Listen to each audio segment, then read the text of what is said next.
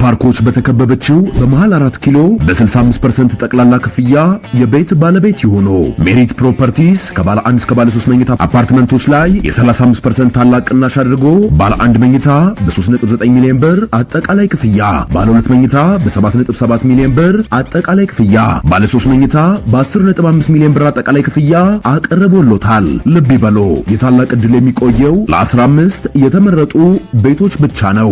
እንዲሁም ለንግድ ሱቅ ፈላጊዎች በሙሉ በመሃል መርካቶ ተክለ ሃይማኖት ከ440 ሺህ ብር ቅድመ ክፍያ ጀምሮ የንግድ ሱቆችን ከ11 እስከ 32 ካሬ በኔት ኤሪያ ብቻ በሽያጭ ላይ እንገኛለን። ታዲያ ይህ ዕድል ሳያመልጦት ከታች ባለው ስልክ ይደውሉ።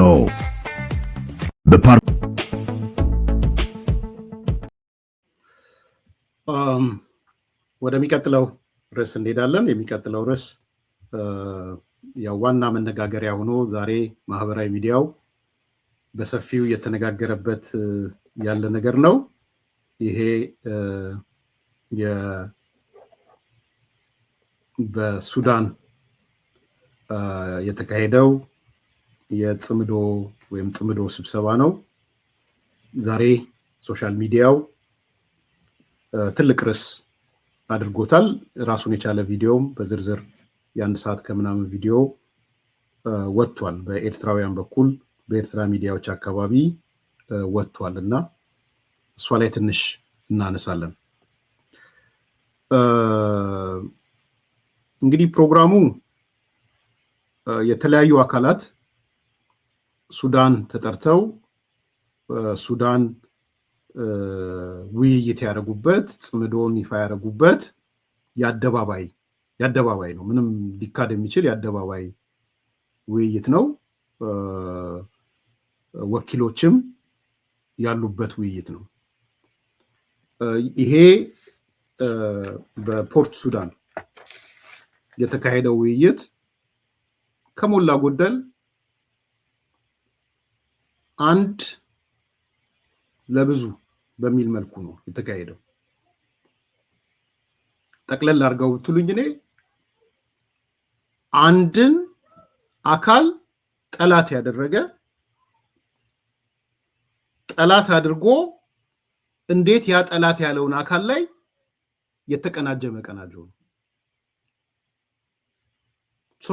ጥላቻን ቤዝድ ያደረገ መቀናጆ ነው። መቀናጆ የበደንብ መጀመሪያ ማስቀመጥ ያለብኝ እሱ ነው።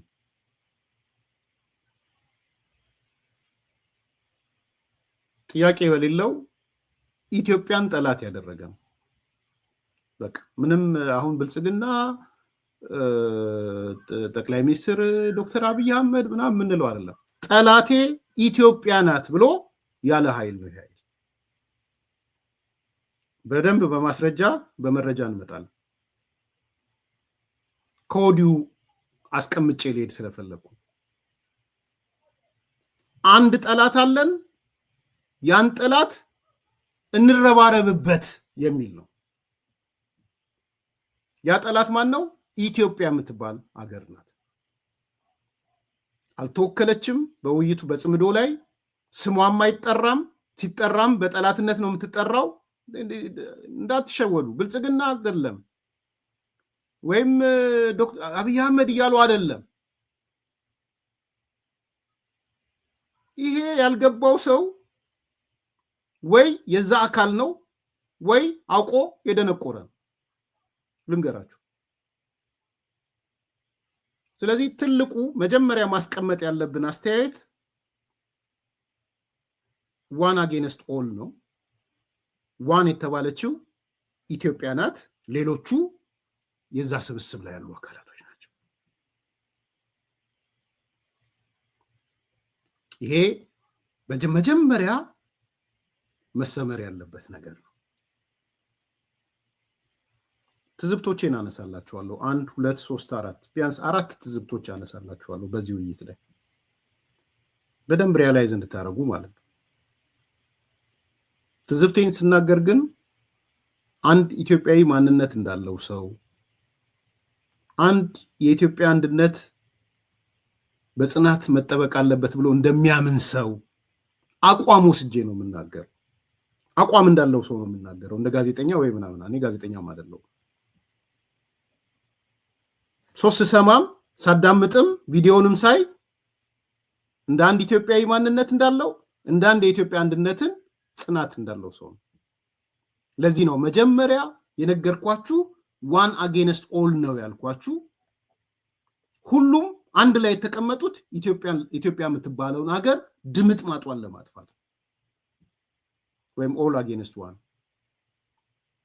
ኦል አጌንስት ዋን እዛ የተሰበሰቡት ነው ያልኩት ባይዘው ሌላ እንትን ሁሉም እያልኩ አይደለም እዛ የተሰበሰቡት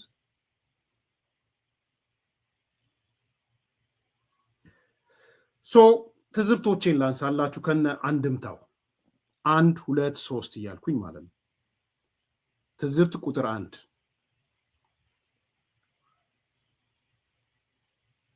የጽምዶ ውክልና አንደኛ ዝግጅቱ በተጠና መንገድ በተጠና ፋይናንስ የተደረገ እቅድ የተተራለት ሂውማን ሪሶርስ ሞቢላይዝ ያደረገ ከውጭ ሀገርም ከምንም በእቅድ የተከናወነ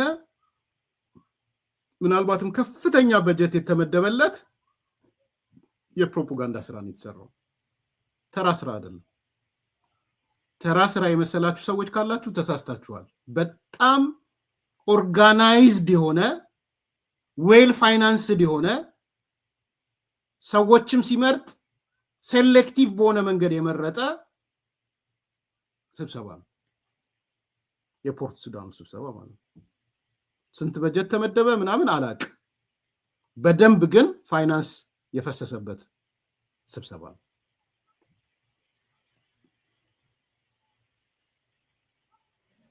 ከዛ ወኪሎቹን እንመልከታቸው በጣም እንደው እየገረማችሁ ምናልባት ካላስተዋላችሁ እንድታስተውሉ ነው የነገርኳችሁ ያለው ለምሳሌ ወኪሎቹን ብታይ አንደኛ ሱዳን እንደ መንግስት ተወክላለች እንደ ሀገርም ተወክላለች እነሱ እንደሚሉት ሱዳን ሀገር ናት አንድ ሀገር ሱዳን መንግስት ናት አንድ መንግስት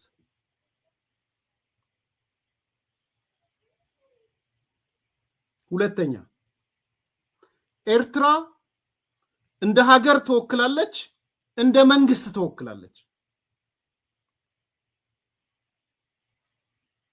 የኤርትራ አምባሳደሩም አለ የኤርትራ ሰራዊትም እውቅና ይሰጠዋል ሁለት በደንብ ያዙ የተናገርኩ ያለውትን አስተውሉ ሱዳን እንደ መንግስት ሱዳን እንደ ሀገር ኤርትራ እንደ መንግስት ኤርትራ እንደ ሀገር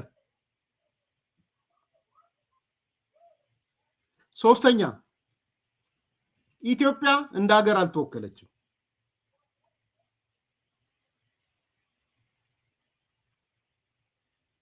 ኢትዮጵያ የተወከለችው እንደ ብሔር ብሔረሰብ ነው የተወከለችው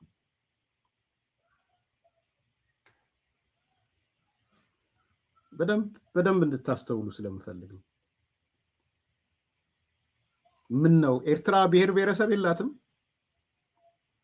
ሱዳን ጎሳዎች የሏትም ሱዳንን እንደ ሀገር ያወቀ ሱዳንን እንደ አንድ መንግስት ያወቀ ኤርትራን እንደ ሀገር ያወቀ ኤርትራን እንደ አንድ መንግስት ያወቀ ኢትዮጵያ ጋር ግን ሲደርስ ብሔር ብሔረሰቦች ይወክላሉ እያልኩ አይደለም የነሱን ነው እየነገርኳቸው ያለው ወከሉ ተብሎ የተጠሩት ብሔር ብሔረሰብ ወከሉ ተብሎ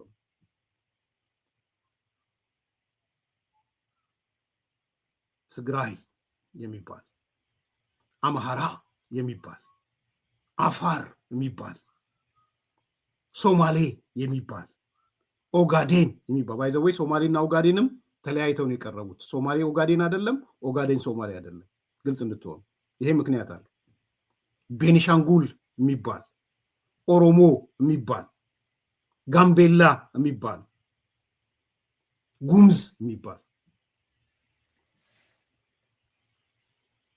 በሙሉ በሶኮልድ ብሔር ብሔረሰቦች ናቸው የዚህ መንግስት ተቃዋሚ የሆነ ኢትዮጵያዊ ኃይል የለም እያልኳችሁ ነው ያለሁት እኔ የኢትዮጵያ መንግስት ሄዶ ይወከል እያልኩ አይደለም ያለሁት እንዴት ኢትዮጵያዊ የሆነ ይሄ መንግስት ግን በኃይል ጥለዋል ያለው አካል እንዴት አይወከልም? እንዴት እናቱ ልደቱ አይወከሉ? ኢትዮጵያዊ ነኝ ስለሚሉ ማለት ነው። የት ሄዱ እናቱ ልደቱ? አይፈልጉም። ለምን እንመጣበታለን? አንድምታውን ስለምን መጣበት።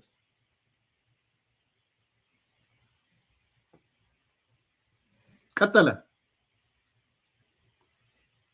ሁለተኛ ከዚሁ ጋር ገና ከአንደኛው ትዝብት አልወጣውም። ትዝብት አንድ ላይ ነኝ እስካሁን። የተዘመረው የህዝብ መዝሙር የሱዳንና የኤርትራ ነው። ቀጥሉ።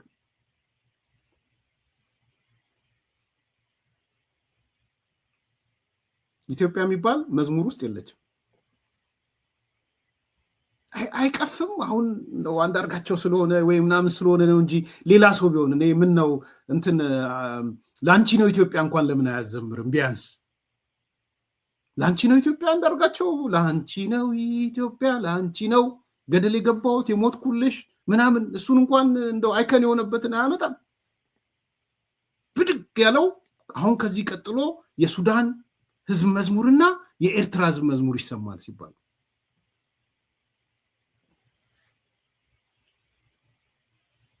አይቀፍም።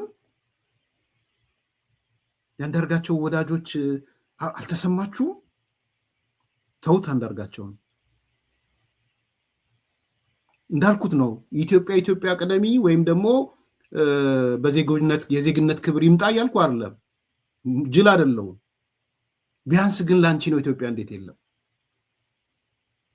እንዴት ሰው ሱዳን ሀገር ሄዶ ካርቱም ላይ ከዚህ በኋላ የምንሰማው የሱዳንን ህዝብ መዝሙርና የኤርትራን ተብሎ የተደረደሩት ግን ጋምቤላ፣ ኦጋዴን፣ ሶማሌ፣ ኦሮሞ እርግጠኛ አይደለሁም ስሙ ስላየው ነው፣ ተጋሩ፣ አምሃራ፣ አንዳርጋቸው ነው አምሃራ።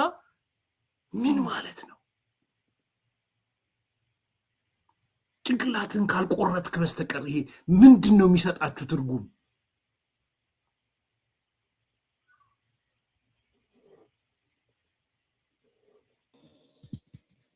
ሀራይ ጽምዶ ንናይ አፍሪካ ሰላም ኣብተት ዝብል ክቡር አምባሳደር ሀገር ኤርትራ ዒሳ አሕመድ ዒሳ፣ ክቡራት አዘዝ ሰራዊትን ግንባራትን፣ ክቡራት ዓበይቲ ዓድን፣ ክቡራት ኣዴታትን ኣቦታትን ብምክንያት ሰላም ቀርኒ አፍሪካ ጽምዶ ንሰላም ቀርኒ አፍሪካ ዝብል መደብ ብሃገራዊ መዝሙር ሱዳንን ኤርትራን ክንጅምሮ ኢና። ንሃገራዊ መዝሙር ሱዳንን ኤርትራን ኩላትና ሓፍ ንበል።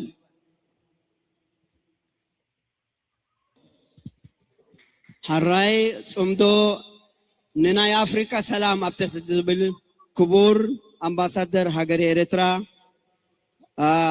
ዒሳ አሕመድ ዒሳ፣ ክቡራት አዘዝ ሰራዊትን ግንባራትን፣ ክቡራት ዓበይቲ ዓድን፣ ክቡራት ኣዴታትን ኣቦታትን ብምክንያት ሰላም ቀርኒ አፍሪካ ጽምዶ ንሰላም ቀርኒ አፍሪካ ዝብል መደብ ብሃገራዊ መዝሙር ሱዳንን ኤርትራን ክንጅምሮ ኢና። ንሃገራዊ መዝሙር ሱዳንን ኤርትራን ኩላትና ሓፍ ንበል።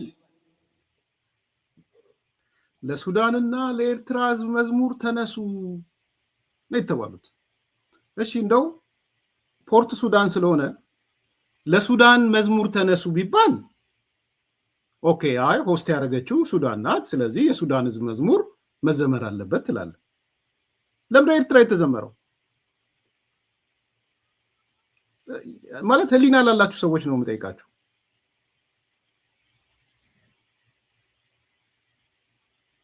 በቃ እሺ ሱዳን ፖርት ሱዳን ነው ሆስት ያደረገች ሀገር፣ ብዙ ጊዜ ህዝበ መዝሙሯ ወይ ይዘመራል። የሱዳን ይዘመር። ለምን የኤርትራ? እንዲህ ነው የሚያዋርዱን። አያችሁ፣ እነሱ ተዋርደው እነሱ ዘግጠው ያዘግጡናል። በጣም ደስተኛ ነኝ የዛ አካል ባለመሆኔ በዚህ አጋጣሚ። በጣም ልጆቼም ቤተሰቤም ይኮራል። አሁን አዝናለሁ በእነዚህ ምክንያት የነዚህ ጓደኞች ቤተሰቦች ሲሸማቀቁ እንደማየት የሚያሳፍር ነገር የለም። ስለዚህ ሲጀምርም በዚህ ደረጃ ነው። ለዚህ ነው ያልኳችሁ የጽምዶ ውክልና ማን ነው የሚለውን ስታዩ ማለት ነው። ሶስተኛ አሁንም ከትዝብት አንድ ሳልወጣ ተናጋሪዎቹ ሲወጡ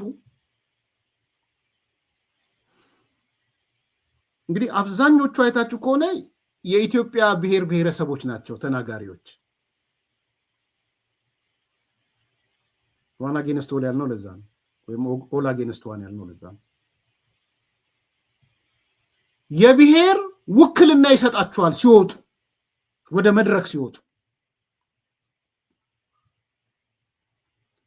የአማራ ብሔርን በመወከል አቶ አንዳርጋቸው ጽጌ እየተባለ ነው የሚወጣው።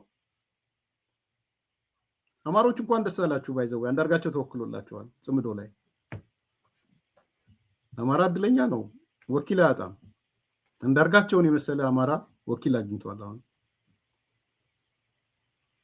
የአማራ ብሔር ተወካይ አንዳርጋቸው ጽጌ። አደራን ኢትዮጵያ ብለን እንዳትመጣ አንዳርጋቸው እንዳትመጣ፣ ተገላገልን። የኦጋዴን ወኪል ማህዲ አብዱራህማን ማህዲ ኦጋዴን ነው ባይዘው፣ ሶማሌ አይደለም። ሶማሌና ኦጋዴን ለማህዲ ይለያያሉ። ቢኮዝ ኦጋዴንን ነፃ ማውጣት ነው የነሱ ፍላጎት፣ መገንጠል ነው። አኳ ኦኬሎ የጋምቤላ ወኪል። ስለዚህ ወደ መድረክ ሲወጡ ኤርትራዎች የኤርትራ ወኪል ሆነው እንጂ የሐማሴን ወኪል፣ የአካለ ጉዛይ ወኪል፣ የኤርትራ ውስጥ ያለ 7 ብሔረሰቦች እነሱ አይደለም የሚጠሩት። አሁን ኤርትራ አንድ ናታ፣ አንድ ሀገር አንድ መንግስት ነዋ። ሱዳን አንድ ሀገር ናታ፣ አንድ ሀገር አንድ መንግስት ነዋ። እኛ ጋር ሲመጣ የአማራ ወኪል አቶ አንዳርጋቸው ጽጌ ገላገልከን፣ እግዚአብሔር ውስጥ አማሮች ተንከባከቡት አንዳርጋቸው።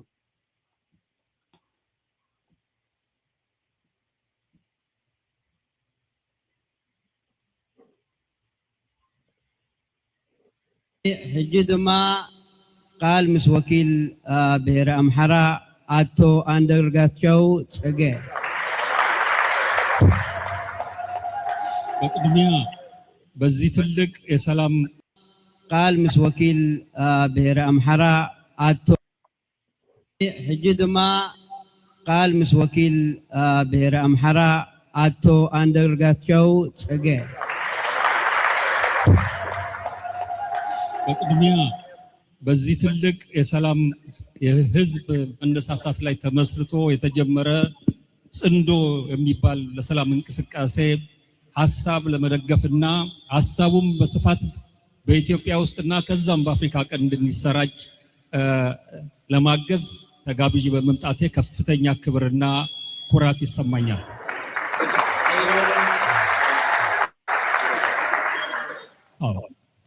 የመጣሁት ስለ ጽንዶ ለመግለጽ ስለሆነ፣ ነገር ግን ከጽንዶ መግለጫ በፊት ስለ ሱዳን በጣም አጭር ቃል መናገር እፈልጋለሁ።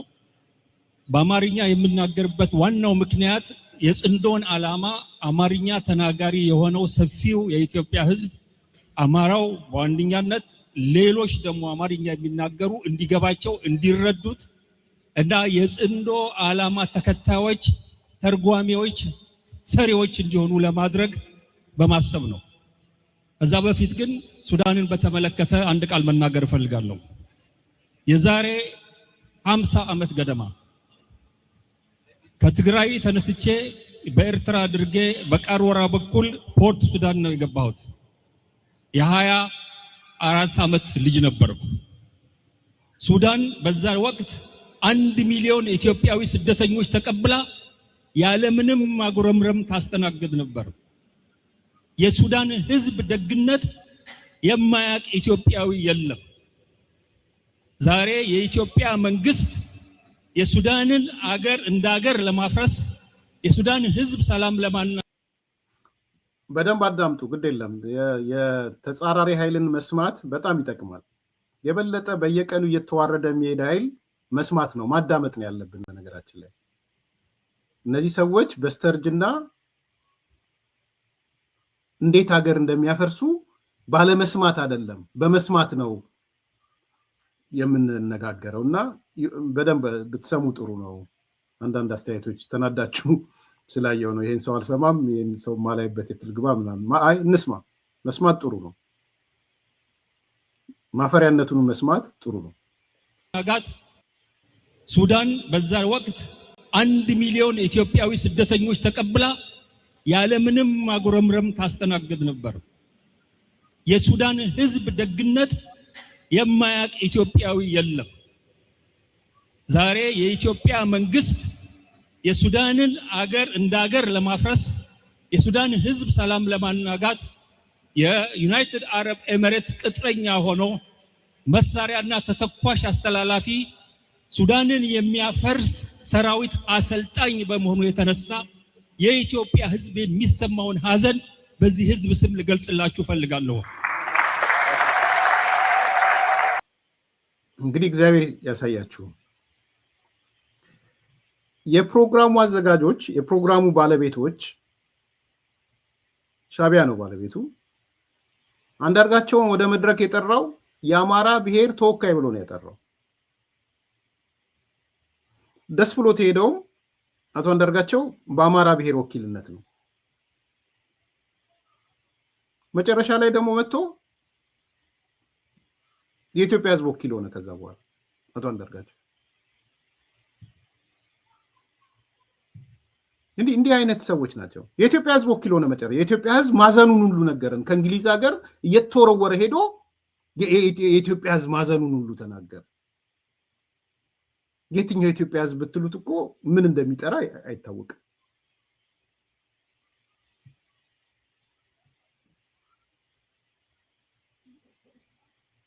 የአማራ ወኪል ይለዋል ቃል ምስ ወኪል ብሔረ አምሐራ አቶ አንዳርጋቸው ጽጌ የመድረኩ ሰዎች እንኳን በኢትዮጵያዊነት ምናምን ሊወክሉታል የአማራ ወኪል ነህ አንተ ነው ያለው እሱም ተቀብሎ ነው የመጣው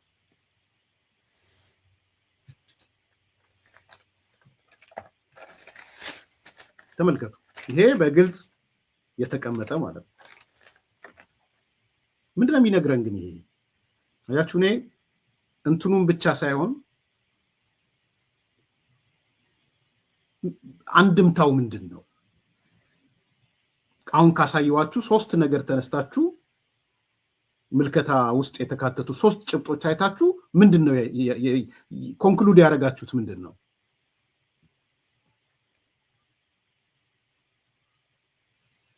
ታስታውሱ ከሆነ የዛሬ 11 ወር አካባቢ ባለ 30 ገጽ መጣጥፍ አዘጋጅቼ ነበር ተነጋግረንበታል አዲስ ኮምፓሶች መሪ ዕቅድ ነው የአመቱ መሪ ዕቅዳችን ነው ብለንም አመቱ ሙሉ እንግዲህ አሁን 1 ወር ነው የቀረው 2 ወር ነው የቀረው ማለት ነው መሪ ዕቅዳችን ነው ብለን ተነጋግረን የአዲስ ኮምፓስ መሪ ዕቅድ ብለን ነው የተነጋገርነው ሁላችሁም ያ መሪ ዕቅድ ምን ነበረ ማን ነው ባለተራ አይደለ የኢሳያስ ቀጣይ ዕቅድ የሚል ማለት ነው ይሄ ነበረ ዶክመንቱ ሰኔ 2017 የተዘጋጀ ማለት ነው የኢሳያስ አፈወርቂ ቀጣይ ዕቅድ ማን ነው ባለተራ የሚል ማለት ነው እዚህ ላይ ያነሳናቸው ነጥቦች መጀመሪያ ገጽ 1 ገጽ 2 ላይ ያነሳናቸው ነጥቦች ዛሬ ማረጋገጫ ሆነው ነው የመጡት ገጽ 1 ገጽ 2 የሙግት ጭብጦች ብዬ ያነሳዋቸው የሙግት ጭብጦች አሉ በዚህ ዶክመንት ላይ በ29 ገጽ ወይ በ30 ገጽ ዶክመንት ላይ ማለት ነው እነዛ የሙግት ጭብጦች ናቸው ፕሩፍ የሆኑት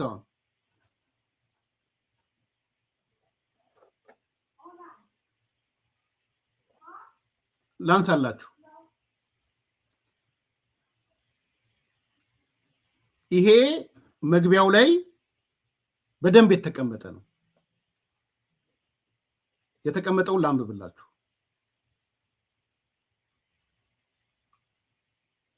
ምላሽ የሚያስፈልጋቸው መሰረታዊ ጥያቄዎች የሚል ስላይድ 3 ወይም ገጽ 3 ላይ አለ አንዱን ብቻ ነው ማንብላችሁ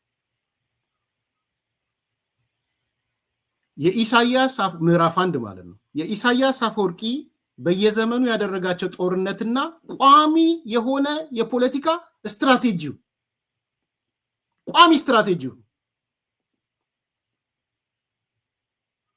ምላሽ የሚያስፈልጋቸው መሰረታዊ ጥያቄዎች ኢሳያስ አፈወርቂ በየዘመኑ ኢትዮጵያ ላይ ያካሄዳቸውን ጦርነቶች በጥልቀት የምንመረምረው ከሆነ መነሳት ያለበት 4 መሰረታዊ ጥያቄዎች አሉ።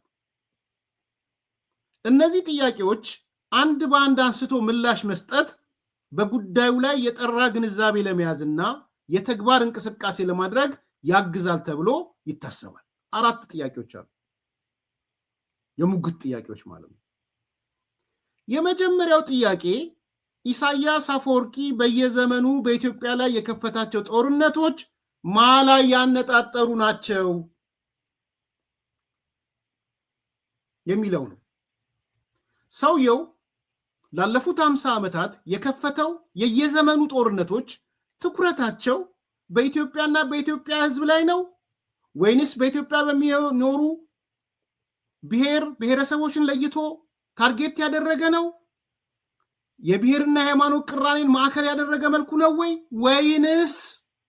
ወይንስ የኢትዮጵያ ገዢ መደቦችና ድርጅቶችን ነው ወይ? ይሄ ነው ኮር ፖይንቱ። ከአራቱ ኮር ፖይንቶች አንዱ ኮር ፖይንት ይሄ ነው። ዲቴይሉን መልሼ አልነግራችሁ፣ መልሳችሁ ሄዳችሁ እዩት እናንተ።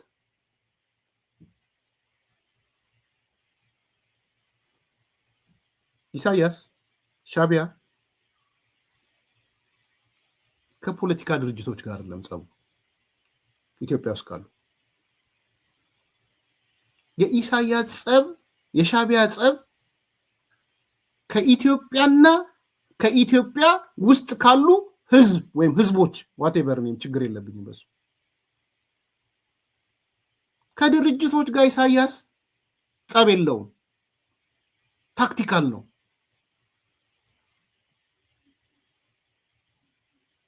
ለምሳሌ በጣም ግልጽ ነው፣ እዚህ ጽሁፍ ላይም ታገኙታላችሁ። የበረሃ ጦርነቱን ይዩት። ሻቢያ የበረሃ ጦርነት ባካሄደ ሰዓት ምንድነው ያደረገው? ጽምዶ ፈጠረ። ከማን ጋር ጽምዶ ፈጠረ? ከህወሓት ጋር። ማንን ታርጌት አደረገ? ቁጥር 1 የአማራ ህዝብ፣ ቁጥር 2 የትግራይ ህዝብ፣ ቁጥር 3 ኢትዮጵያን እንደ ሀገር። ያነበረ ጽምዶ። የትግራይ ህዝብ ተበልቷል፣ የአማራ ህዝብ ተበልቷል፣ ኢትዮጵያ ተበልታለች። ጫካ እያለ ማለት ነው።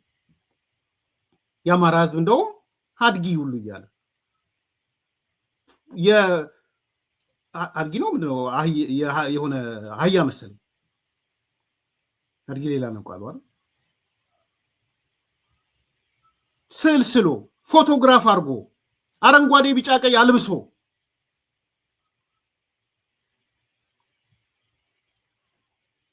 ሰው ታርጌት አድርጎ የነበረው የአማራን ህዝብ እንደ ህዝብ ነበረ በረሃ እያለ።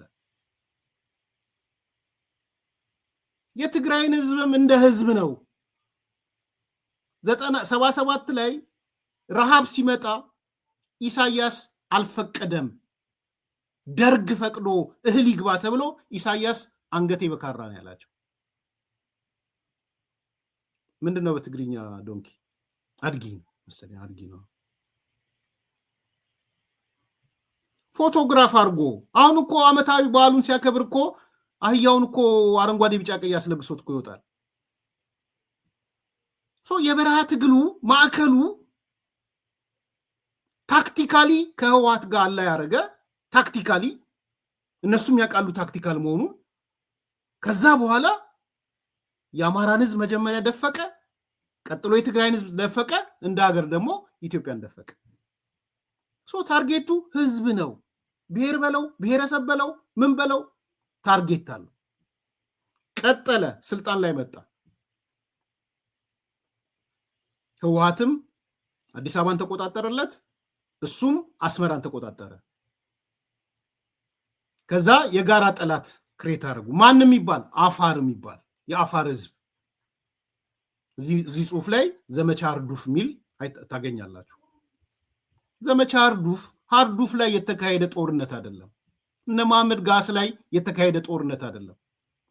የአፋር ኤሊትን ለማጥፋት የተካሄደ ታክቲካል ጥምረት ነው። በቲፒኤልኤፍ እና በሻቢያ መካከል የተካሄደ ታክቲካል ጥምረት። ስለዚህ ከድል በኋላም ከ1983 በኋላም መጥቶ ወደ ስልጣን ሲመጣ ከህወሓት ጋር አሁንም ታክቲካሊ ያለ ያርጎ የአፋርን ኤሊት አጠፋ። ጄኖሳይድ ነው የፈጸመው። ባይዘው አሁን የተባበሩ መንግስታት ሪፖርቱ እየገባ ነው። ምኑ እየገባ ነው? የቀይ ባህር አፋሮች እንዳያችሁት ነው።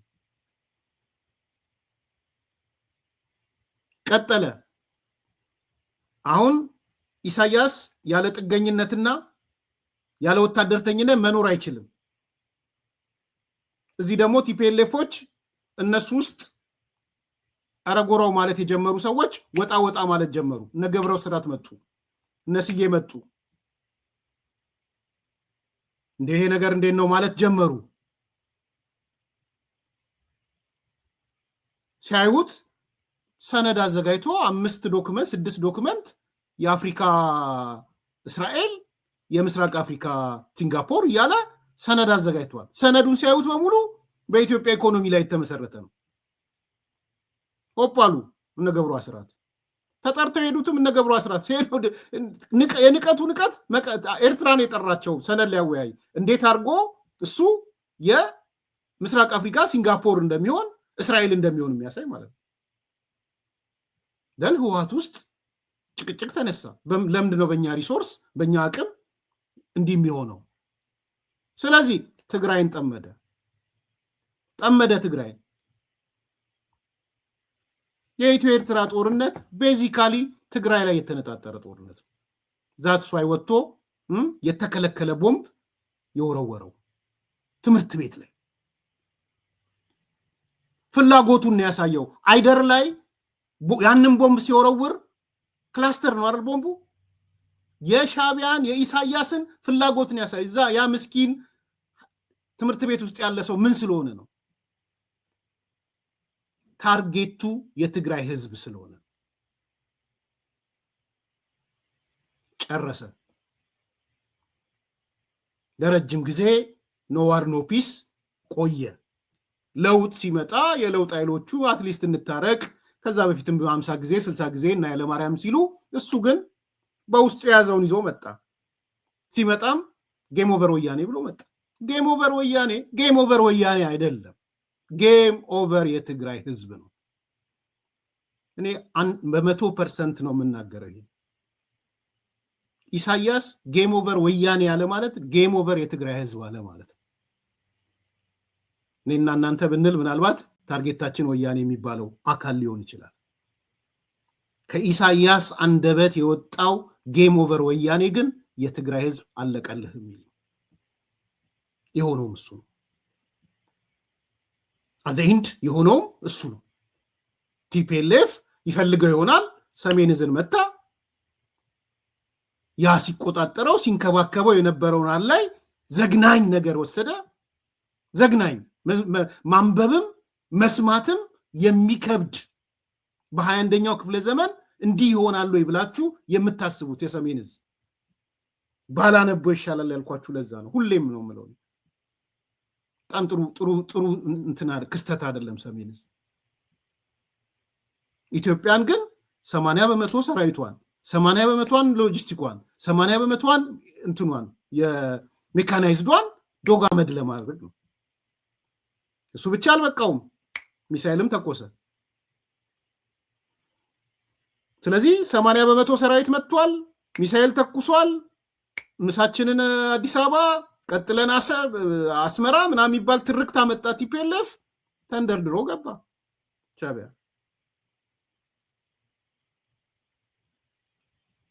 ከዛስ ማድረግ ያለበትን የትግራይ እናቶች ላይ መስራት ያለበትን ሰራ። ወጣቶች ላይ መስራት ያለበትን ስራ ሰራ። መድፈር ያለበትን እየደፈረ በግሩፕ እንደነገሩን ስታሊን እንደነገሩን ስታሊን የሚባለው ሰውዬ እንደነገረን እዚህ ያለው በክፍለ ጦር ደረጃ ተደራጅተው HIV ኤድስ የያዛቸው ክፍለ ጦር ነበረ። ይሄን የነገረን ስታሊን የሚባለው ሰው ነው፣ እዚህ ዲሲ ያለው ሰው እሱ ነው የነገረን። ሌላ ማንም አልነገረን። በክፍለ ጦር ተደራጅተው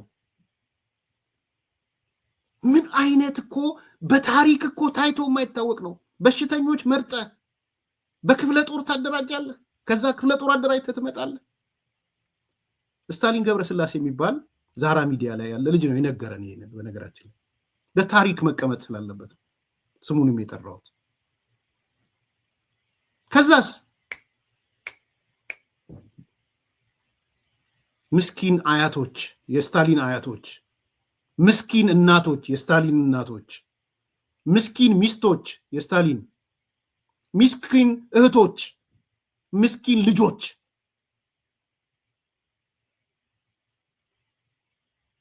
ከዛስ ማህፀናቸው ላይ ብረት፣ ሚስማር፣ ምላጭ፣ ቆርቆሮ፣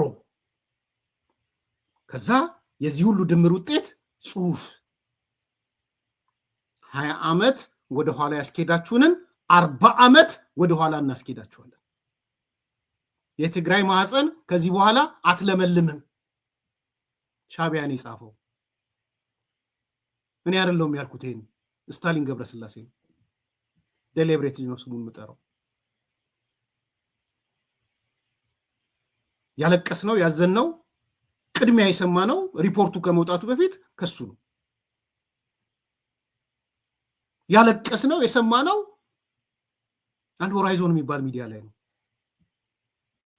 እያለቀሰች የምትናገር ዛሬ ተባራ አውሮፓ ያለች ልጅ ናት መታ የነገረችን። አሮጊት የ70 ዓመት አሮጊት ለ7 የሚደፍሩ ሰዎች አልቅሰናል ስንሰማ፣ ተለቅሷል። ይሄን ያረገች ልጅ ግን እንዴት አጋለጥሻቸው ተብላ አውሮፓ ተባራ ነው ያለችው። የሰማነው ከራሳቸው ነው። አሁን ከነሱ ጋር ያለው ስታሊን ኢሳያስን ሄዶ ሲስመው ያያችሁት ማለት ነው። ኤርትራ ድረስ ሄዶ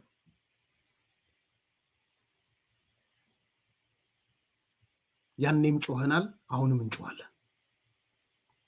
ማን የት ጋር እንደቆመ ግልጽ እንዲሆን ማለት ነው። ይሄን ሁሉ ፈጸመ ማላይ የትግራይ ህዝብ ላይ፣ ማላይ የትግራይ እናቶች ላይ፣ የትግራይ እህቶች ላይ፣ የትግራይ ህፃናት ላይ በጅምላ 76% የተባለው ሉት አረገ። ያለውን ንብረት በሙሉ ወስዶ ሄደ። ሻዕቢያ እኛ አይደለንም ራሳቸውን የነገሩን። እህል ከጎተራ ሲወስድ አልበቃ ሲለው እንዴት እህል ጎተራ ውስጥ ይቆያል? ከቆየማል ሰርቫይቭ ሊያደርጉ ነው ብሎ ሻዕቢያ ጎተራው ላይ ውሃ ነው የጨመረበት። ስሙ ጎተራው ላይ ውሃ ሲጨምርበት ይበላሻል እህሉ። ይሄን የሰማነው ከራሳቸው። ማንጎ ቆርጦ ማንጎውን ብቻ አይደለም የቆረጠ የወሰደው፣ የበሰለ ማንጎ ብቻ አይደለም የወሰደው።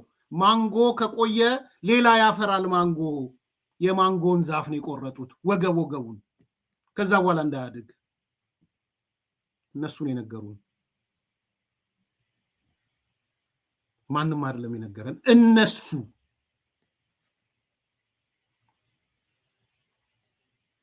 ማንኪያ፣ ሹካ፣ ቢላዋ ተውት፣ የፋብሪካ እቃዎች፣ ኮልኮሌ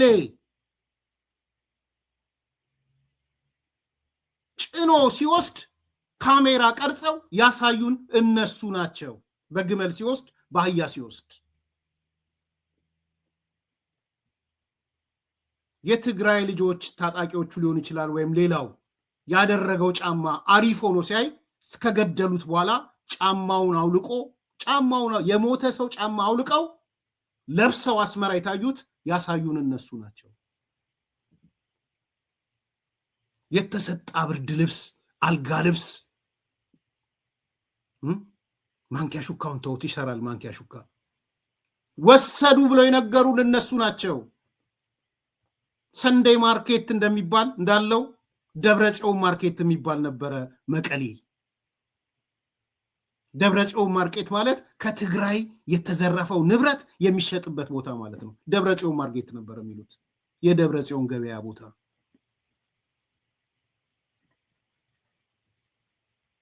የገበያ ቦታ የተዘረፈ ንብረት ከትግራይ ሄደ ንብረት የሚሸጥበት አስመራ ነው የነበረው ባህር ዳር አልነበረም የነበረው አዲስ አበባ አልነበረም የነበረው ይሄ ይረሳል ከናንተም የሰማነው የኛ ስቶሪ አይደለም የኔ ፐርሰናሊ የኔ ስቶሪ አይደለም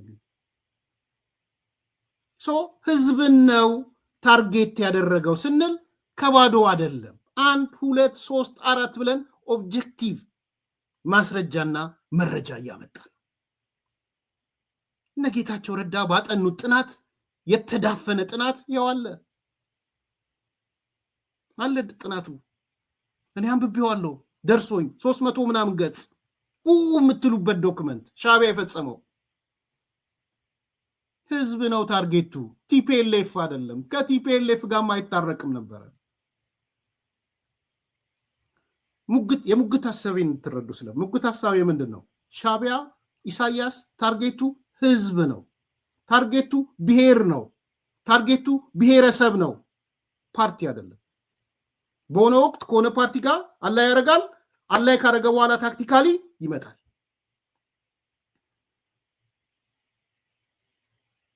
መጨረሻስ ይሄን ሁሉ ጨረሰ ከህወሓት ጋር ታረቀ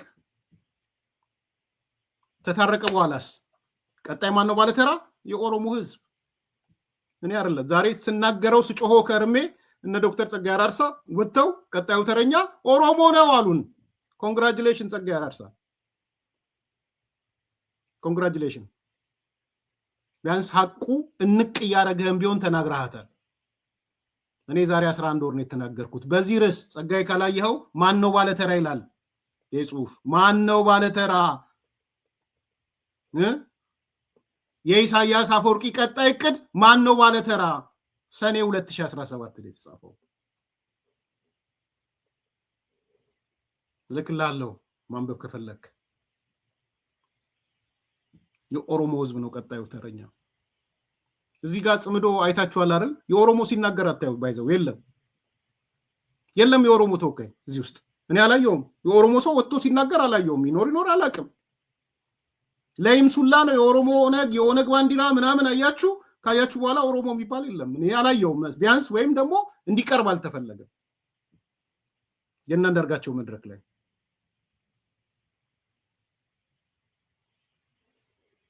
ኦኬ ይሄ ምንድን ማለት ነው ምንድነው የሆነ ያለው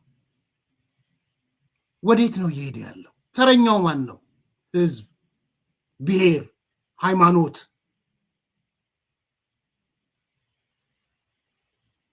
ይሄ ነው ፎከሱ ኢሳያስ መቼም ቢሆን ፎርሾ አቅም አንዳንድ ቅርብ የሆኑ ብልጽግና ጋር ሚዲያ ቅርብ ነን የሚሉ ሰዎች ፕሬዝዳንት ኢሳያስ ምናምን አይነት ነገር ጭውቴ ሳይ በጣም ነው የቀፈፈኝ ባይዘው በጣም በግልጽ መናገር ፈለ አንዳንድ ይሆን አላቃቸውም ብልጽግና ላይ ቅርብ ነን ምናምን የሚሉ ሰዎች ዳሳፕቱ ዩ ኢሳያስ ጋር ሄደ ኢሳያስ ምናምን ፕሬዝዳንት ምናምን ምትለኝ ከሆነ ግን በጣም ነው የሚቀፈኝ በጣም የኢንቴግሪቲ ጥያቄም ነው ማነሳው ምክንያቱም ለኔ ኮንክሉድ ያረኩት 5-6 ጦርነቶች አይቼ ኢሳያስ ኦልዌይስ ፎከሱ ኢትዮጵያ ናት ኦልዌይስ ፎከሱ ህዝብ ነው አንዳንድ አይ ዶንት ኖ ሚዲያ ላይ ያሉ ሰዎች ናቸው ከየት እንዳገኙ አላቅም ከኢሳያስ ጋር እርቅ ነው ኢሳያስ አስመራ አዲስ አበባ ምናምን የሚል ከየት የመጣ እንደሆነ አላቅም ፎርዛት ማተር ለኔ ግን በጣም ቀፎኛል ስሰማው ዝግንን ነው ያለኝ ይሄ ማለት በመንግስታት መካከል ድርድር አይኑር ምናምን እያልኩ አይደለም መንግስታቶች ናቸው ይደራደሩ ኢሳያስ ወደ አዲስ አበባ መጥቶ አዱ ከበሬ ከሆነ ግን የሞት ሞት ነው ባይዘው የሞት ሞት ያኔ ኢትዮጵያ ትበቃኛለች ድንገራችሁ በጣም ሃርድ ላይነር ነኝ እዚህ ላይ ዶክተር አብይ አስመራ ሄዶ የሆነ እንደዛ እንደድሮ ምናምን ከሆነ ኢትስ ኦቨር ደኔ አቋሜን ከዚሁ ኮዲው መግለጽም ስለምፈልግ ነው እኔ መንግስት የፈለገውን ያደርግ ኖርማላይዜሽን ይቻላል ኖርማላይዜሽን ግን ትላንት በተሄደበት መንገድ ከሆነ ኢሳያስ በህይወት እያለ ኦብጀክቲቭ ህዝብ ነው ህዝብ ለማስጨፍጨፍ እየተባበርን ነው ማለት ነው በጣም ይቅርታ በፍጹም ይሄን ቁብ አልጠጣም በፍጹም ይሄን ቁብ አልጠጣም ኢሳያስ መሄድ ነው መስት ጎ መሄድ አለበት ኢሳያስ የቀጠናው አዋኪ ነው ታርጌቱ ህዝብ ነው ታርጌቱ ኢትዮጵያ ናት ያው ያየን ነው ምን ትላንትና አይደል እንደ ኢሳያስ አሰብ ይመጣብኛል ብሎ ግብፅን ጋብዞ ስምምነት የፈረመው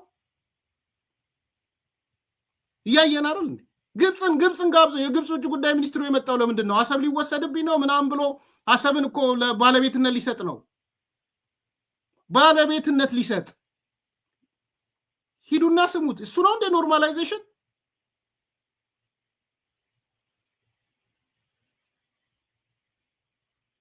እሱ ሪፖርት ጥሩ ሪፖርት ነው ግብፅስ እየሮጠች የመጣችሁ በማን ነው ስለምንድን ነው ስለ ፖርት ተፈራረምን ብለው ያሳዩን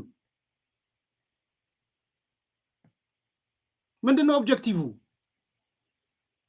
ግልጽ እኮ ነው ኢትዮጵያ ትሬት እየሆነች ነው የባህር በር ጥያቄ አንስታለች ምን ጥያቄ አንስታለች ስለዚህ ቶሎ ብለን ከግብፅ ጋር እናጣብቀው እኮ ነው ሁሌም ኢሳያስ የግብፅ ተላላኪ ነው ወይ ከግብፅ ተላላኪነት ወጥቷል ብለን እንድንከራከር ነው አንዳንዴ ነገሮችን በጥልቀት ማየት ያስፈልጋል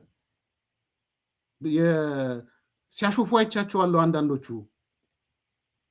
ምንድነው የብልጽግናዎች ጋር ሽርጉድ ጀመሩ እንደ ምናምን የሚሉ ሁሉ ፕሮግራም ሲሰራ አይቻለሁ እኔም ከሽርጉድ የሚሰሩ ሰዎች ካሉ ከሽርጉድ ለይቻል አይሆን ባይዘው ኢሳያስ ላይ የጸና አቋም ካልተያዘ ብዙ ርቀት መጓዝ አይቻልም ኢሳያስ ታርጌቱ ህዝብ ነው ኢሳያስ ታርጌቱ ማህበረሰብ ነው ኢሳያስ ታርጌቱ ኢትዮጵያ ናት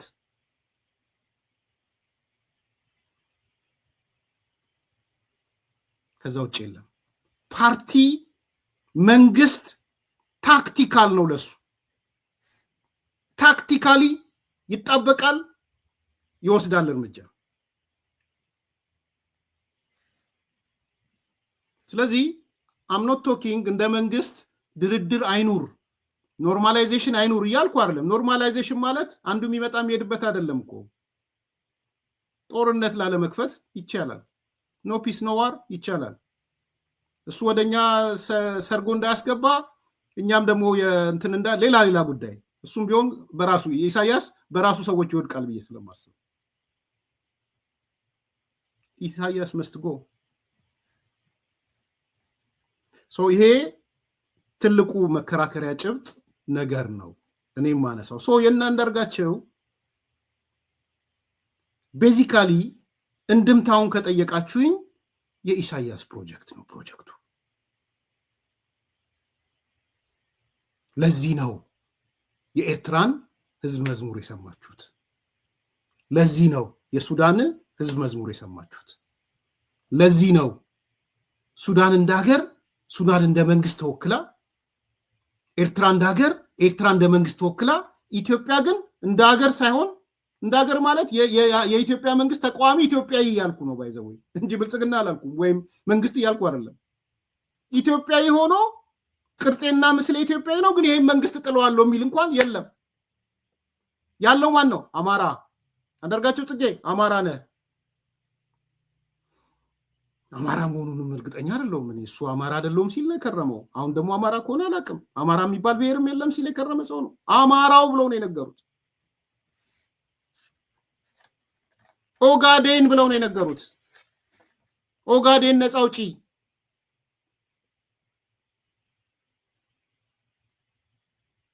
ትዝብት 2 በኢትዮጵያ ፖለቲካ ክርክር ውስጥ የሚነሱ አንዳንድ መከራከሪያዎች በተለይም አንዳንድ ብሔርተኞች ኢትዮጵያኒስቶች ጨምሮ የሚያነሷቸው መከራከሪያ ትክክለኛነትን የሚያረጋግጥ ሆኖ አግኝቼዋለሁ። መድረኩ ሁለተኛ ትዝብት እሱ በተለይ የኦሮሞ ብሔርተኞች ኢትዮጵያኒስትም የሆኑ ኦሮሞ ነው ማንነቴም ኦሮሞ ነው ኢትዮጵያዊም ነኝ የሚሉ የማይሉ አንዳንድ የሚያነሱት ነገር ነበር። ሰሞኑን እንደ ዋነኛ መከራከሪያ ሆኖ ምሳሌ ሰጣችኋለሁ። በጣም ያዘንኩትና የደነገጥኩትን ነው የምነግራችሁ። ሁለተኛው ትዝብቴ እሱ ነው። ምሳሌ 1 እንዳልኳችሁ ኢትዮጵያኒስት የሆኑ ኦሮሞዎች ኢትዮጵያኒስትነታቸውና ኦሮሞነታቸው የማይጋጭባቸው ማለት ፖለቲካሊም ኦሮሞም ናቸው ኢትዮጵያኒስትም ናቸው አሉ። የጎበና ልጆች የሚሏቸው ማለት ነው። ከኢትዮጵያኒስት ውጪም ያሉ ፌዴራሊስትም ሊሆኑ ይችላሉ፣ ኢቭን ተገንጣይም ሊሆኑ ይችላሉ። በተለይ ኦሮሞዎቹ ጋር ያየሁት ስለሆነ ብሔርተኞች ናቸው ወይም እንደዛ ባልኩ ሶስቱ ካታጎሪ ውስጥ ያሉ የጎበና የሚሏቸው ፌዴራሊስቶቹም መገንጠል የሚሉትም ኦሮሞዎቹ አንድ መከራከሪያ ደግሞ ደጋግሞ ያነሱ ነበር። እሱን የሚያረጋግጥ ነገር ነው የፖርት ሱዳኑ ያሳየን። ምንድነው መከራከሪያው? ምሳሌ ልስጣችሁ። ይሄ አረንጓዴ ቢጫ ቀይ የሚባለው ልሙጡ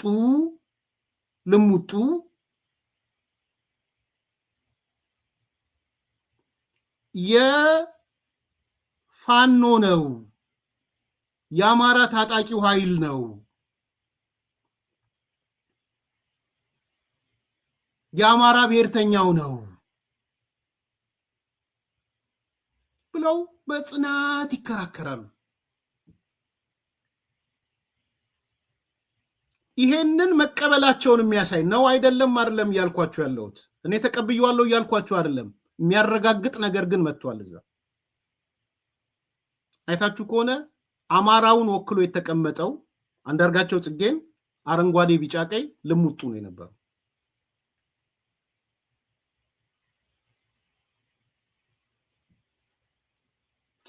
ይሄ ልሙጡ አረንጓዴ ቢጫ ቀይ እየወከለ ያለው በአሁን ሰዓት ማለት ነው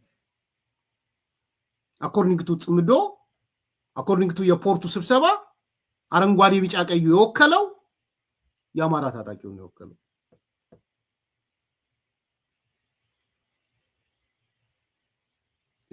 ከዚህ በኋላ እንዴት ብዬ ነው የምከራከረው? አረ አይደለም ልሙጡ አረንጓዴ ቢጫ ቀይ የኢትዮጵያ ነው እንዲህ ነው ብዬ የምከራከረው አኮርዲንግ ቱ ፖርት ሱዳን ነው እያልኳቸው ያለው።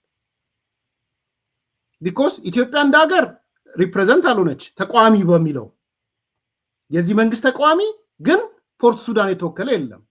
የተወከሉት በምንድነው? ኢትዮጵያዎቹ አንተ ኦሮሞ ነህ፣ አንተ አማራ ነህ፣ አንተ ተጋሩ ነህ፣ አንተ ቤኒሻንጉል ነህ፣ አንተ ኦጋዴን ነህ፣ አንተ ሶማሌ ነህ፣ አንተ ጋምቤላ ነህ፣ አንተ አኝዋክ ነህ ተብሎ ነው የተወከሉት። በኢትዮጵያዊነት አናቃችሁም ነው የተባሉት። ዘን የነሱ ባንዲራ ደግሞ ተቀምጧል። ሰንደቅ ዓላማ ይወክለናል የሚሉት አርማ ማለት ነው። እዛ አርማ ውስጥ ልሙጡ አረንጓዴ ቢጫ ቀይ አለ። ያ ልሙጡ አረንጓዴ ቢጫ ቀይ የወከለው አንዳርጋቸውን ነው። አንዳርጋቸው ደግሞ ምን ብለውናል? የአማራ ወኪል ብለው ነግረውናል በይፋ። ከዚህ በኋላ እንዴት ብዬ ነው የምከራከረው ነው?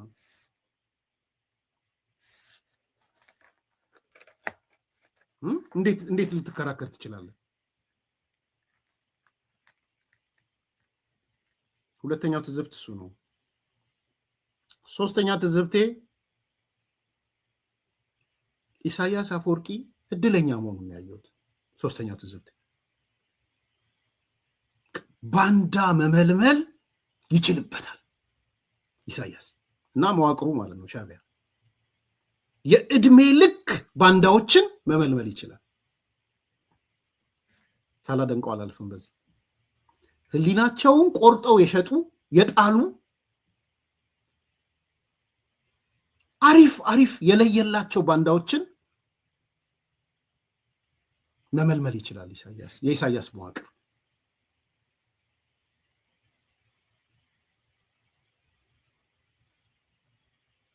ይሄ ለኔ ትዝብት 3 ነው። የለየላቸው የኢትዮጵያ ጠላቶች፣ የለየላቸው የብሔር ጠላቶች፣ የብሔረሰብ ጠላቶች፣ የለየላቸው የኢትዮጵያ ጠላቶች በጣም ጎበዝ ነው። የእድሜ ልክ ባንዳዎችን መመልመል ጎበዝ ነው። እነ ሻለቃ ኤክስ እኮ ኤርትራ በረሃ ያለ ጨምሮ ነበር ባንዳነታቸው። አሁን በቅርብም እስከ $250,000 ከፍለው አሮጌ የጦር መሳሪያ የሚገዙ ባንዳዎች ናቸው። የአባቶቻቸውን እንተውና ማለት ነው። አቶ አንዳርጋቸው እንዳያችሁት ነው። የእድሜ ልክ ባንዳ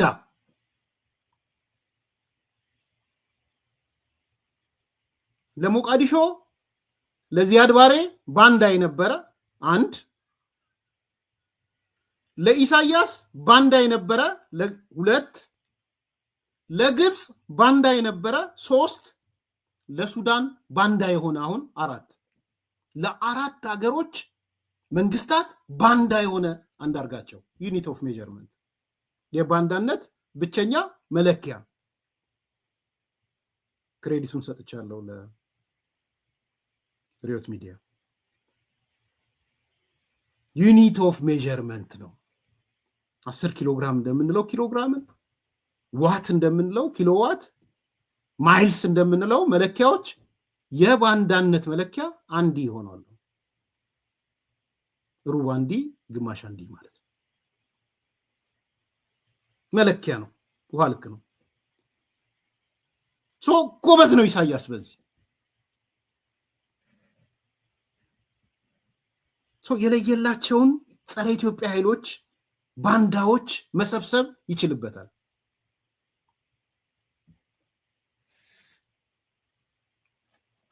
አንዳንዶቹ በጣም የሚያሳዝነው ለኢትዮጵያ እንድታውቁ ስለፈለኩ ነው። ሌሎቻችሁን ተው። ይሄ አርበኛ ኤክስ ምናምን አንከርና ምናምን ሚዲያን ምናምን የሚስተው ለእናንተ አይደለም።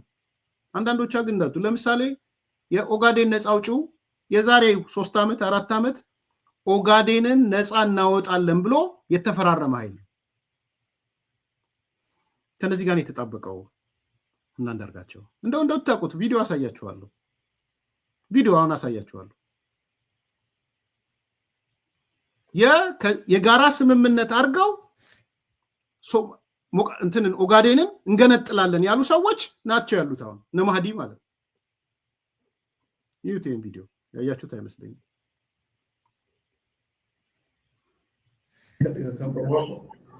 horumar iyo keena iyo cadaalad iyo xorriyad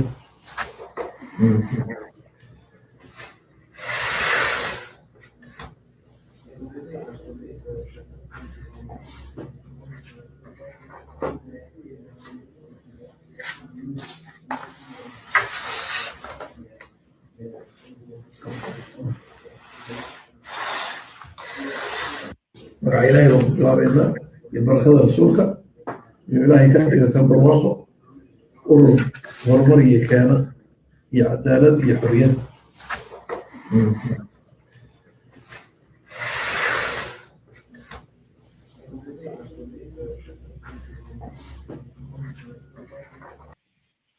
ይሄ ማለት በ2022 ኦኤንኤልኤፍ ያያችሁት ሰውዬና ኮንግረስ ፎር ሶማሊያ ኮዝ ሲኤስሲ የሚባል ድርጅት በ2022 ማህዲ ማለት የኦኤንኤልኤፍ ሊቀመንበር ማለት ነው።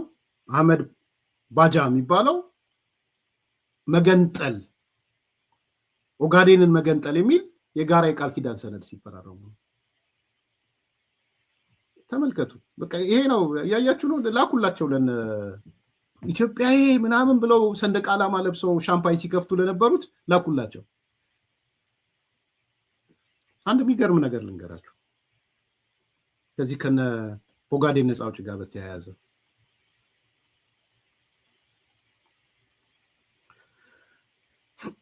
ሻለቃ ዳዊት ልክ ፕሮፌሰር ብርሃኑ ኤርትራ እንደገባ የሆነ ከግንቦት 7 ጋር ሌሎችን ድርጅቶች የሆነ አገራድን ምናምን የሚባል እንትን አቋቁሟል ነበረ። የሆነ ፓርቲ እነ ጌታቸው ማን ነው እነ ፕሮፌሰር ብርሃኑ ኦዴግ ኦሮሞ ዴሞክራቲክ ግንባር እነ ሌንጮ ለታ ምናምን ያሉበት የአማራ ምናምን አንድ ልጅ ነው አማራ እንደ ድርጅትም አልተወከለም ምናምን ብለው ያቋቁማል። ይሄን ራን ያደረጉት ሻለቃ ዳዊትና ፕሮፌሰር ጌታቸው ናቸው። እኔ በቅርበት አውቀዋለሁ ያው ኢሳትም ስለነበርኩ። እንዴት ማለት የዝቅታ መንገዱን ልነግራችሁ ነው። እና በወቅቱ እነ ፕሮፌሰር ብርሃኑ የጋራ ህብረት እንፍጠር ምናምን እያሉ እንዳልኩት ከኦሮሞ ዴሞክራቲክ ግንባር ከሆኖ አካላቶች ጋር ምናምን አላይ ያደርጋሉ። መጨረሻ ላይ ለሻለቃ ዳዊት ሳይነግሩት አውሮፓ የሄዱና የነ ፕሮፌሰር ብርሃኑ ወኪል ከኦኤንኤልኤፍ ጋር ይደራደራል። ከዚህ ከንክና ማለት ነው ማህዲ ጋር ማለት ነው። ግንቦት 7 ነው የሚደራደረው ከነ ማህዲ ጋር ወደ ምን ሊያመጣቸው ወደ ጥምረቱ ሊያመጣቸው ማለት ነው። በወቅቱ ሻለቃ ዳዊት አፍሪካ ነበር የነበረው፣ ስራውም አፍሪካ ነው። 3 ገጽ ነው የጻፈው። እንዴት ከገንጣይ ኃይሎች ጋር ግንቦት 7 ይቀናጃል፣ እንዴት ይነጋገራል ብሎ ማለት ነው። ስለማረሰው ነው ስላወራንም ማለት ነው። ይሄ ኢትዮጵያን መካድ ነው ቢትራያል ነው ብሎ ማለት ነው። ሰነዱ አለኝ እጄ ላይ ባይዘው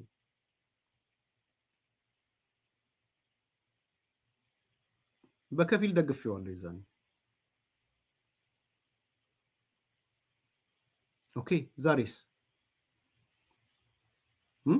ምንድነው ሊፈርም? የአቋም ለውጥ አረጉ፣ ፕሮግራም ለውጥ አረጉ። እነ ማህዲ የመገንጠል ጥያቄያቸውን ለውጥ አቋም አለው። እንደውም ሌሎች ድርጅቶች ጋር ተባብረው ፈርመው የኦጋዴን አገር ነው ያሉ ያሉት። ማን የተለወጠው? እነዛ አልተለወጡ፣ እነ ማህዲ አልተለወጡ። ከኢትዮጵያ ጋር አብረን አንኖርምም እንገነጠላለን መዳረሻችንም እሱ ነው ብለው ነው እየሰሩ ያሉት። ፕሮግራማቸውንም አልቀየሩ። አገር ቤት ያሉት ቀይረው እነዚህ እነ ማህዲንም አባረው ከነ ሙስጠፌ ጋር ብቻ ሳይሆን ፌዴራል መንግስት ላይም ተወክለዋል። እንደምታውቁት የፋይናንስና ምናምን ወይ ፋይናንስ ወይ የፕላን የሆነ ቦታ ምክትል ሚኒስትሩ እና ፓርላማ ያሉት የነዚህ ጋር የነበሩ ሰዎች ናቸው። ሰው አገር ቤት ያሉት አስተሳሰባቸውን ቀይረዋል። እነ ማህዲ ግን ስቲል ኦጋዴን ነፃ አውጪ አገር ናቸው። ትላንትና ሻለቃ ዳዊት 3 ገጽ ነው የጻፈባቸው ኢትዮጵያን ከሚያፈርሱ ጋር እንዴት ጥምረት ይፈጠራል ብሎ ማለት ነው። ይኸው የአደባባይ እውነት ስለሆነ ነው የምናገረው። የህይወት ምስክር ነኝ። ዛሬ ማህዲ በመሐመድ ሀሰን ምክንያት አስመራ ነው ያለው። ዛሬ ራይት ናው እናንተ እያወራን አስመራ ነው ያለው። ከኤርትራ ደህንነት ኃላፊው ጋር እየተነጋገረ ነው። ራይት ናው እኔና እናንተ አሁን እያወራን ማለት በዚህ ድረስ መረጃዎች አሉ። አስመራ ገብቶ የደህንነት ኃላፊው ጋር ቀጠሮ ይዘው እያወሩ ነው። ኢሳያስ እና ኤርትራ ምን እየሰሩ ነው? ዛሬ ከኢሳያስ እና ሻለቃ ዳዊት ጋር ምንድነው ቅንጅታቸው? ከእነ አንዳርጋቸው ጋር ምንድነው ቅንጅታቸው? ለምንድነው ቅያሜ የማይኖረው? አገር አፍራሾች ናቸው ለምን አንልም? እሺ ዛሬ የለም እሱ አገር ከሚያፈርሱ ጋር ነው አብሮ የተቀመጠው። ቅድም ያሳየዋችሁ እንዴት አገር እንደሚያፈርሱ አገረ ኦጋዴን እንደሚመሰርቱ የተግባቡትን መግባቢያ ሰነድ ነው። ኢትዮጵያ የለችም እንላችሁ ለዛ ነው። ትዝብት 3 እሱ ነው። ትዝብት 4 ጽምዶ ዌል ዲፋይን ሆኖልናል። እናመሰግናለን አንዳርጋቸው። ጽምዶ ማለት ምንድነው የሚለውን ነገር ክሊር በጣም በአማርኛ ጥሩ አድርጎ ገልጾታል። በጣም ጥሩ አድርጎ ነው የገለጸው ጽምዶ ማለት ምን ማለት እንደሆነ። ትዝብት 4 እሱ ነው ማለት ነው። ጽምዶ ትርጓሜና ምንነቱን ተገንዝበናል። 4 ኮሜንታሪ ነው ያለኝ፣ ብዙ ነበረኝ ግን ይበቃል። ታንክ ዩ። አሁን በአማርኛ ስለ ጽንዶ በጣም አጭር ነገር ነው የምናገረው። ጽንዶ በአማርኛ ጥማድ ማለት ነው። በአንድ በሬ ማረስ አይቻልም ከሚል ሐሳብ ትግራይ ቦርደር ላይ ያሉ የትግራይ እና የኤርትራ ማህበረሰቦች በአንድ እጅ ማጨብጨብ እንደማይቻል፣ በአንድ በሬ ማረስ እንደማይቻል ሰላም ማምጣት የምንችለው ተጣምደን ነው። እንደ ሁለት በሬ እንደ ሁለት እጆች ሆነን ነው። ይሄንን ሰላም የምናመጣው የፖለቲካ መሪዎችን ፈቃድ ጠይቀን የወታደራዊ መሪዎችን ፈቃድ ጠይቀን ሳይሆን እኛ ህዝብ ሰላም የጠማን ህዝቦች እርስ በርስ ተገናኝተን ታንክ ዩ። አሁን በአማርኛ ስለ ጽንዶ በጣም አጭር ነገር ነው የምናገረው። ጽንዶ በአማርኛ ጥማድ ማለት ነው። በአንድ በሬ ማረስ አይቻልም ከሚል ጥማድ ማለት ነው። በአንድ በሬ ማረስ ስለማይቻል ሁለት በሬዎች የሚያያዙበት ጥማድ ማለት ነው። አሪፍ ኮንሴፕት ነው። አሁን ጥያቄው እነማን ናቸው በሬዎቹ? ምን አይነት በሬዎች ናቸው? 2 በሬዎቹን የሚጠምደው ሞፈርና ቀንበር አድርጎ የሚያርሳቸው ማን ነው? 3 እነዚህ መመለስ አለብን እንደርካቸው።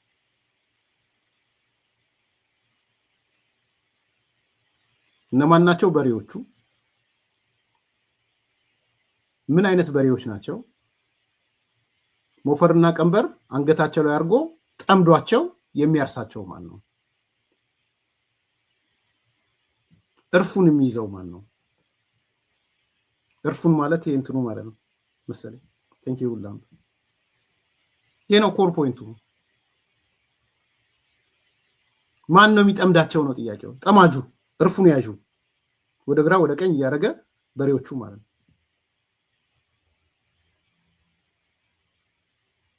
በሬዎቹ ግልጽ ናቸው። ባይዘው በሬዎቹ የኢትዮጵያ ኃይሎች ናቸው። የኢትዮጵያ ኃይሎች ማለት ህወሓትም ሊሆን ይችላል፣ ፋኖም ሊሆን ይችላል፣ ምናምን ቤኒሻንጉል ሊሆን ይችላል፣ ኦጋዴን ምናምን ሊሆን ይችላል። እነሱ ናቸው በሬዎች። በጣም በጣም ግልጹ። በዋናነት አሁን ባለው ሰሜን ሁኔታ በሬዎቹ 2 ናቸው፣ ህወሓትና የአማራ ታጣቂ ኃይል ፋኖ የሚባለው። ያ ሁሉ የሱዳን ኃይል የተባለው የኤርትራ ኃይል ለመጥመድ የተዘጋጀው እርፉን የሚይዘው እርፉ ላይ እመጣለሁ። በሬዎቹ ቁጥር 1 ቲፒኤልኤፍ ነው፣ ቁጥር 2 የአማራ ታጣቂ ኃይሎች ናቸው በሬዎቹ። አስደንጋጩ መሰላችሁ በሬዎቹ እንኳን አንድ አይነት ቁመና የላቸውም። አንደኛው ፊጋ በሬ ነው፣ አንደኛው ያረጀ በሬ ነው። እስቲ አስቡት፣ ፊጋ በሬና ያረጀ በሬ አንድ ላይ ሲጣመድ ማለት ነው። ፊጋ በሬ የአማራ ጽንፈኛው ነው። ፊጋው የአማራ ዘረኛው ፊጋ ነው።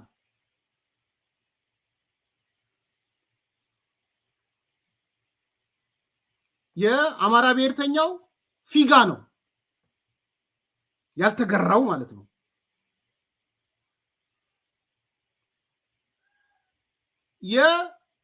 ያረጀው በሬ ደግሞ ቲፒኤልኤፍ ነው፣ ቆሞ ቀሩ ማለት ነው።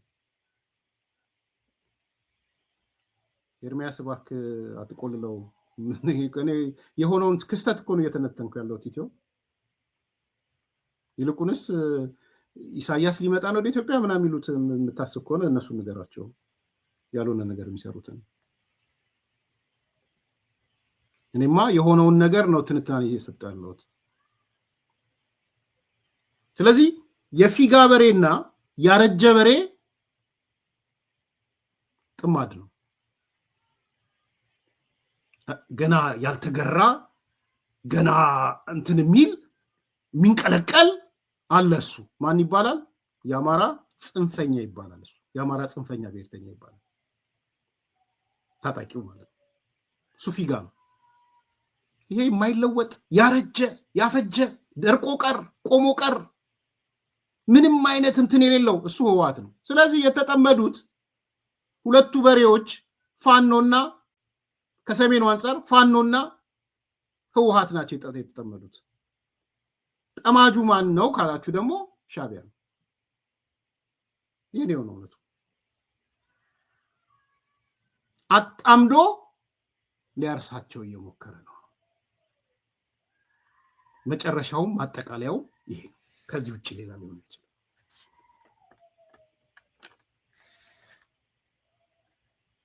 መልካም ቀን።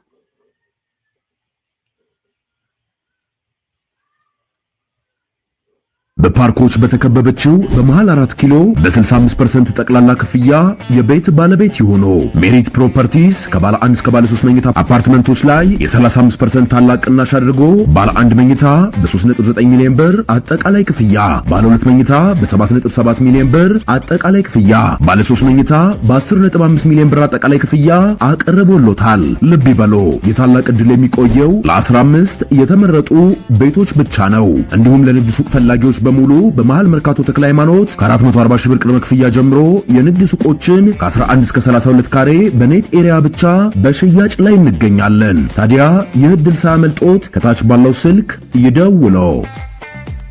በፓርኮች በተከበበች